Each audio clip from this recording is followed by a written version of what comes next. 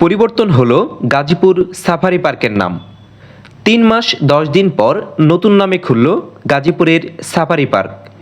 Bangabandhu Sheikh Mujib safari park থেকে পার্কের নতুন নামকরণ করা হয়েছে সাফারি পার্ক গাজীপুর। ১৫ই নভেম্বর সকাল ৯টার দিকে পার্কটি খুলে দেওয়া হয়।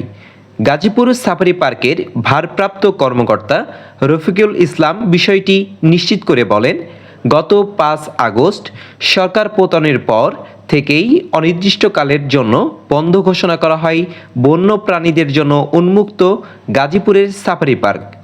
ওই সময় পার্কে ব্যাপক ভাঙচুর ও লুটপাট করা হয়।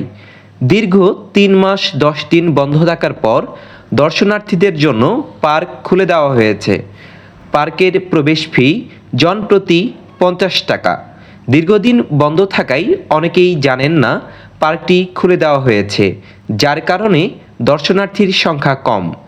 সাফারি পার্কে বিভিন্ন বেষ্টনীতে উন্মুক্ত অবস্থায় রয়েছে বাঘ, ভাল্লুক, সিংহ, বিভিন্ন প্রজাতির হরিণ, বানর, জিরাফ, জেব্রা, সাপ, কুমির, হাতি, ময়ূর ও বিভিন্ন প্রজাতির পাখিসহ নানা ধরনের প্রাণী।